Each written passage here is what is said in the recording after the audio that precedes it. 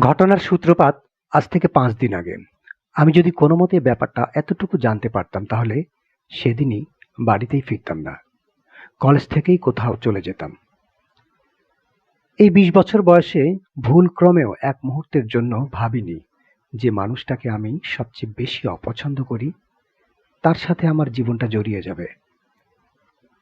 সেদিন ভার্সিটি থেকে ফিরে ফ্রেশ হয়ে খাওয়া-দাওয়া করে নিজের ঘরের বিছানায় শুয়ে মোবাইল দেখছিলাম। মোবাইল দেখতে দেখতে কখন যে ঘুমিয়ে পড়েছি বুঝতে পারিনি। মাগরিবের আজান শুনে ঘুম ভেঙে গেল। বিছানা ছেড়ে নেমে অজু করে মাগরিবের নামাজটা পড়ে নিচে গেলাম। মাথাটা ব্যথা করছে, একটু চা খাবো এই ভেবে। এ সময় রান্নাঘরে বিশেষ কেউ থাকে না। কাজের খালাটা নাস্তা বানায়, চা বানায়, এই তো। কিন্তু আজকে মা, বড় মা, মেজো মা সবাই রান্নাঘরে ব্যস্ত। আমি একটু অবাক হয়ে জিজ্ঞাসা করলাম, কি ব্যাপার? সবাই রান্নাঘরে আজকে? কি বিশেষ কিছু? মা বললেন, তোর বাবার কয়েকজন লোক আসবে, রাতে খাওয়া দাওয়া করবে, আর সাথে তোর মামা নানারাও আসবে রাতে। কোনো খবর কোনো খবর না দিয়ে হঠাৎ করে নানা মামারা আসবে কেন মা? বড় মা বলে উঠল, শুধু তোর মামা না রে, আমার বাবা মা আসছে, তোর মেজমার বাবা মাও আসছে, তোর ফুপু ফুপা ও তোর কাজিনগুলোও আসছে। তোর কি কোনো দরকার আছে? আমি করে দিচ্ছি। মেজমার কথা শুনে বললাম, আমাকে একটু চা করে দাও, মাথাটা খুব ব্যথা করছে। চা আর কয়েকটা বিস্কুট দিয়ে হাতে ধরিয়ে দিল। আমি সেগুলো নিয়ে আমার ঘরের বারান্দায় বসে খেতে লাগলাম। বাইরের রাস্তায় লাল নীল বাতিগুলো দেখতে থাকলাম। সন্ধ্যায় আলো আঁধারিতে বাইরে যখন আলোগুলো জ্বলে ওঠে খুব ভালো লাগে। এটাকে আমি প্রতিদিনই উপভোগ করি। বাইরের দিকে তাকালে মনে হয় সারাদিনের কর্মব্যস্ততা শেষে মাগরিবের নামাজের পরে পরিবেশটা আপনা আপনি শান্ত হয়ে ওঠে। কি ভাবছেন, আমার পরিচয়টা দেয়া হয়নি কেন? আমরা যে বাড়িতে থাকি এটা আমার দাদা বানিয়েছেন প্রায় ৪০ বছর আগে, কিন্তু মনে হয় এখনো নতুন। ৩ তলা বিশিষ্ট এই বাড়িটা প্রায় ২৫টি রুম আছে। তবে নিচতলার এক পাশ দিয়ে গেস্ট রুম, ডাইনিং, ড্রয়িং ও রান্নাঘর আছে। আমার দাদা আশরাফ খান এখনো বেঁচে আছেন। তার বয়স প্রায় ৮০। তার ৩ ছেলে ও ১ মেয়ে। বড় ছেলে মনির খান, তার স্ত্রী আয়েশা খান। মেজো ছেলে শাহিদ খান, তার স্ত্রী নীলিমা খান। ছোট ছেলে আশিক খান, স্ত্রী লোপা খান। একমাত্র মেয়ে তিতির খান ও মেয়ের জামাই শাহিদ খান। ফুফুর খান বংশেই বিয়ে হয়েছে। বড় বাবা ও বড় মা তাদের ৩ ছেলে। বড় ছেলে রাফিন খান, মেজো ছেলে নাহিদ খান, ছোট ছেলে সাব্বির খান। মেজো মা ও মেজো বাবার ১ ছেলে ১ মেয়ে। মেয়ে বড় লুইপা খান, ছেলে ওয়াসিফ খান। আমার বাবা ও মা তাদেরও ২টি ছেলে মেয়ে।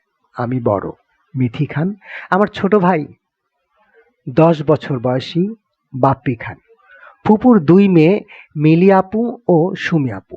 মিলি আপু আর একটা পরিচয় আছে, আর তা হলো রাফিন ভাইয়ার বউ, আমাদের একমাত্র বড় ভাবি। সুমি আপুর বিয়ে ঠিক হয়ে আছে ওয়াসিফ ভাইয়ের সঙ্গে। আমার দাদার কথা, পরিবারের ছেলে মেয়েকে পরিবারেই বিয়ে দিতে হবে, তাহলে একান্নবর্তী পরিবার হয়ে থাকবে। লুইপা আপু পরিবারের সবার বড় ছিল, তাই তাকে অন্য বংশে বিয়ে দেওয়া হয়েছে। আমাদের পারিবারিক ব্যবসা, সেই ব্যবসাটাই বাবারা ৩ ভাই দেখাশোনা করেন। রাফিন ভাইয়া ও নাহিদ ভাইয়া নিজেদের একটা কোম্পানি গড়ে তুলেছেন, সাথে ওয়াসিফ ভাইয়াও আছে। সাব্বির এবার এসএসসি পরীক্ষা দেবে। লুইপা আপুর বিয়ে হয়ে গেছে। ৩ বছরের ফুটফুটি একটা মেয়ে আছে। আমরা সবাই আদর করে ঝুনঝুমি বলে ডাকি। রাফিন ভাইয়া ও মিলি আপুর ২ বছরের একটি ছেলে বাবু আছে। ওর নাম মাহাদি। আমায় ডাকে পি বলে, বড্ড আদুরে। বাড়িটা যেন প্রাণ খোলা হাসিতে ভরে থাকে। আচ্ছা, যে কথা বলছিলাম, আমি বারান্দাতেই বসেছিলাম। ঘরের দরজায় বাবা দাঁড়িয়ে ডাকলেন, মিথি, কথা ছিল, ভেতরে আসবো? আমি হেসে বললাম, অনুমতি চাচ্ছ কেন? মা বাবা দুজনেই খাটে বসলেন। আমাকে মাঝখানে বসিয়ে বাবা মাথায় হাত রেখে, বাড়ি ভর্তি অনেক মেহমান। আমি তোমাকে এখন যেটা বলবো সেটা ঠান্ডা মাথায় শুনবে এবং আমার কথাটা রাখবে, কেননা এটা আমাদের সবার ইচ্ছা। আমি বাবার মুখের দিকে একবার চাইলাম, আর একবার মায়ের মুখের দিকে চাইলাম। অজানা আশঙ্কায় আমার বুকটা ধক করে উঠল। বাবার গুরুগম্ভীর কণ্ঠ শুনে গলাটা শুকিয়ে গেল। কি এমন কথা বলবে? এটা আমাকে মানতে হবে। ধীরে বললাম, এমন কথা কি বলবে যেটা আমি মানতে পারবো না? তোমার মনে হতে পারে তোমাকে জোর করা হচ্ছে, কিন্তু এই মুহূর্তে আমার কিছুই করার নেই। বাড়ির সবারই এটা ইচ্ছা, তোমার দাদুর নিয়ম এটা। তোমার কাজিনরা সাজিয়ে দেবে, কমপ্লিট করে দেবে, তুমি ওদের সঙ্গে নিচে চলে এসো। তোমার আর নাহিদের বিয়ে। তোমাকে আগে থেকে জানানো হয়নি। আমার বিশ্বাস তুমি আমার কথা রাখবে। আর তুমি তো জানোই এটা আমাদের পারিবারিক নিয়ম। বাবা, আমি এখন বিয়ে করতে চাই না। আমি লেখাপড়া শেষ করতে চাই। আর ৩টা বছর আমার লেখাপড়াটা শেষ হতো। আমাকে এতটুকু সময় দিতে পারতে। বাবা আমার প্রশ্নের কোনো উত্তর না দিয়ে চলে গেল। মা আমার মাথায় হাত রেখে বলল, মেনে নাও সবকিছু। তোমার লেখাপড়ার কোনো ক্ষতি হবে না। কিন্তু আমি বলতে পারলাম না নাহিদ ভাইয়াকে বিয়ে করতে চাই না। কেননা আমার কথা তারা শুনবে না। আমি আর একটা কথাও বলিনি। আমার কাজিনরা আমাকে সাজিয়ে নিচে নিয়ে এলেন। নাহিদ ভাইয়ের পাশে বসিয়ে দিল। আমি ঘোমটার আড়ালে নীরবে দুটি চোখের পানি ফেলছি। আমি তো এমনটা কখনো চাইনি। সবকিছু অসহ্য লাগছে। যে মানুষটাকে আমি কখনো তার আশেপাশেও থাকতে চাই না, আর সেই মানুষটাকে নিজের বলে আপন করে নিতে হবে ভাবতে ভিতরটা ভেঙে চুরমার হয়ে আসছে। আমার বাবা মা একটাবার বলার প্রয়োজন মনে করলো না। আমার জীবনের ডিসিশনটা তারা নিজেরাই নিয়ে নিল। এটা তো আমার জীবন। তারা আমায় কেন বুঝতে পারলো না? আমি এই মানুষটাকে কোনোদিন ভালোবাসতে পারবো না। নিজের ভেতরে অসহ্য যন্ত্রণা হচ্ছে, সহ্য করতে পারছি না। মনে হচ্ছে চিৎকার করে বলি, আমার সঙ্গে এমনটা তোমরা করছো কেন? আমার কষ্টটা তোমরা বুঝতে পারছো না।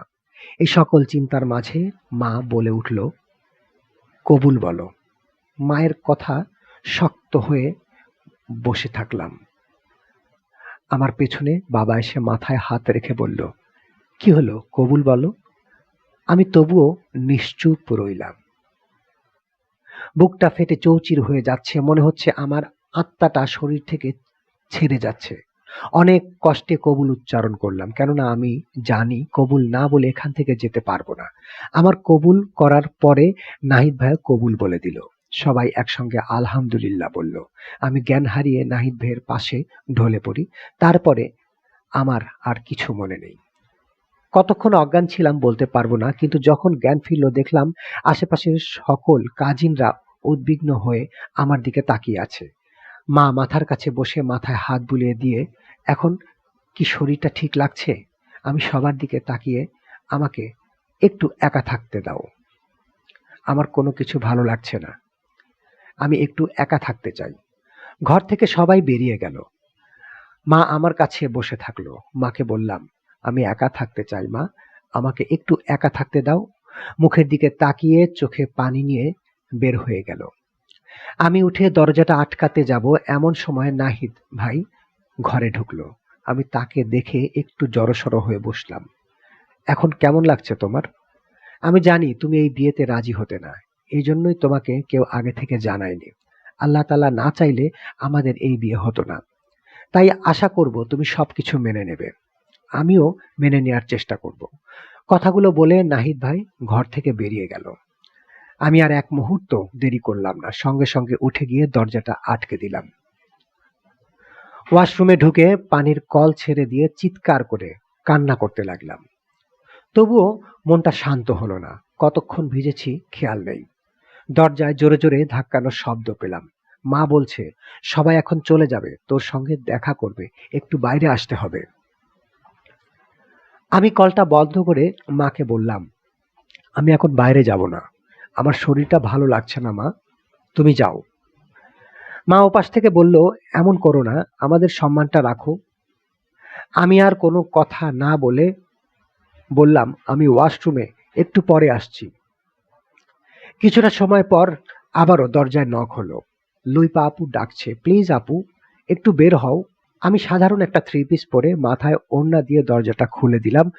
ঘরের মধ্যে এসে আমার হাতটা ধরে বলল, কতক্ষণ ধরে শাওয়ার নিয়েছিস? আমি হাতটা ছাড়িয়ে নিয়ে বললাম, মনে হয় মাইগ্রেনটা বেড়ে গেছে আমার, একটু ঘুম দরকার। এরই মাঝে আমার কাজিন ও ফুপুরা সবাই আসলো। ফুপু আমার মাথায় হাত রেখে বলল, যা হবার হয়ে গেছে, মন খারাপ করে থেকো না। আমি জানি তোমার বাবা মা এটা ঠিক করেনি, তোমাকে আগে থেকে সব জানানো উচিত ছিল।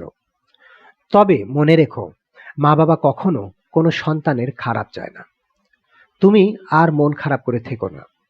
আমরা এখন সবাই চলে যাচ্ছি, আবার দু একদিন পরে আসব। তবে তোমার কাজিনরা থাকছে, ওরা ওই ঘরে বাসর সাজাচ্ছে, তুমি ততক্ষণ এখানেই থাকো। কথাটা শুনে মনের মধ্যে শূন্যতা খেলে গেল। এই বিয়েই মানি না, আবার বাসর। নীরবে মাথা নাড়লাম। ধীরে ধীরে সবাই ঘর থেকে বের হয়ে গেল অবশ্য। লুইপা আপু সবাইকে বের করে দিল। মাইগ্রেনের ব্যথাটা ক্রমেই বাড়ছে, তাই আপুকে বললাম, আমি একটু রেস্ট নিব, তুমি যাও। আমার কথায় আপু চলে গেল। আমি দরজাটা আটকে আয়নার সামনে বসে থাকলাম। নিজেকে দেখলাম, এই জীবন সব মেনে নিতে হয়, কিন্তু আমি তো মেনে নেব না। যারা আমার জীবনের সিদ্ধান্ত নিতে আমাকে প্রয়োজন মনে করলো না, আমি কেন তাদের কথা মানব? অসহ্য যন্ত্রণা হচ্ছে, মাথাটা যন্ত্রণায় ছিঁড়ে যাচ্ছে। নিজের মধ্যে রাগ কোনো মতেই কমাতে পারছি না। শুধু মনে হচ্ছে আমার বেঁচে থাকাটা বৃথা। আমি মরে গেলেও তো কিছু বলতে পারবে না। জোর করে বিয়ে, এখন আবার বাসর, কোনোটাতেই আমার অনুমতি প্রয়োজন মনে করেনি। তাই আমার বেঁচে থাকাটা অর্থহীন। ছোটবেলা থেকেই আমি একটু জেদি। আমার মন মতো কোনোটা না হলে নিজেকেই আঘাত করি। আজও তাই করলাম। পাতাতে ঘুমের ওষুধ 5টা ছিল, খেয়ে নিলাম। ফল কাটার ছুরিটা হাতে তুলে নিলাম। বাঁ হাতে একটা টান দিলাম, রক্তের স্রোত যেন বয়ে চলছে। তারপর আর কিছু মনে নেই। যখন জ্ঞান ফিরল, নিজেকে আবিষ্কার করলাম হাসপাতালে, হাতে স্যালাইন চলছে। একজন ডাক্তার আমার পালস রেট চেক করলো আর নার্সকে উদ্দেশ্য করে বলল, এখন আর ভয় নেই, ওনার পরিবারকে বলুন জ্ঞান ফিরেছে। নার্স বাইরে যেয়ে খবর দেওয়ার সঙ্গে সঙ্গে সবাই তাড়াতাড়ি কেবিনে ঢুকলো। ডাক্তার ফিরে তাকিয়ে বলল, সবাই একসঙ্গে এভাবে ঢুকবেন না, শরীর এখনো অনেক অসুস্থ, আপনারা এক এক করে আসুন। তারপরে আমার দিকে তাকিয়ে বলল, 48 ঘন্টা আমাদের যে কি পেরেশানিতে রেখেছিলে তুমি। মনে মনে বললাম, বাঁচতেই তো চাইনি, কেন ফিরে এলাম?